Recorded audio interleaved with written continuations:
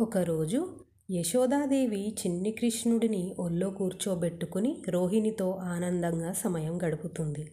హఠాత్తుగా చిన్ని కృష్ణుడు బరువుగా అనిపించి యశోదాదేవి కింద పెట్టింది. తృణావుత్తుడు అనే రాక్షసుడిని కంసుడు పంపాడు. ఇతను సుడిగాలి రూపంలో వేగంగా రావడంతో దుమ్ము పైకి లేచి ధూళి అందరి కళ్ళల్లో పడింది. తృణావత్తుడు చిన్ని కృష్ణుడిని సుడిగాలితో తీసుకెళ్లాడు. సుడిగాలి వెళ్ళిపోవడంతో యశోదాదేవి కళ్ళు తెరిచి చూసింది. చిన్ని కృష్ణుడు కనిపించలేదు. వెంటనే అంది, అయ్యో, చిన్ని కృష్ణుడిని ఇక్కడే పెట్టాను. ఎక్కడి నుంచి వచ్చింది ఈ సుడిగాలి? నా పిల్లవాణ్ణి తీసుకెళ్ళింది అని గుండె గుబులుతో కంగారు పడుతూ గట్టిగా చిన్ని కృష్ణుడిని పిలుస్తూ నేల మీద పడి ఏడుస్తుంది. ఈలోపు తృణావృత్తుడు సుడిగాలి రూపంగా చిన్ని కృష్ణుడిని ఆకాశం పైకి తీసుకెళ్లాడు.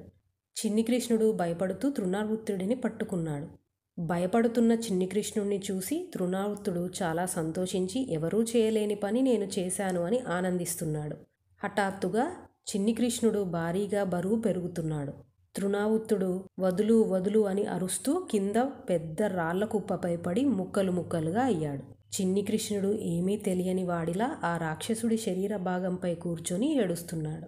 యశోదాదేవి కంగారు పడుతూ పరుగున చిన్ని కృష్ణుడిని తీసుకుని తన భుజాలపై వేసుకుని అంది, గత జన్మలలో ఏమి చేశామో, ఎవరికి ఏమి పెట్టామో, ఇవాళ నా బిడ్డ బ్రతికాడు అని ముద్దులు పెట్టి హత్తుకుంది. ఓం నమో భగవతే వాసుదేవాయ నమః.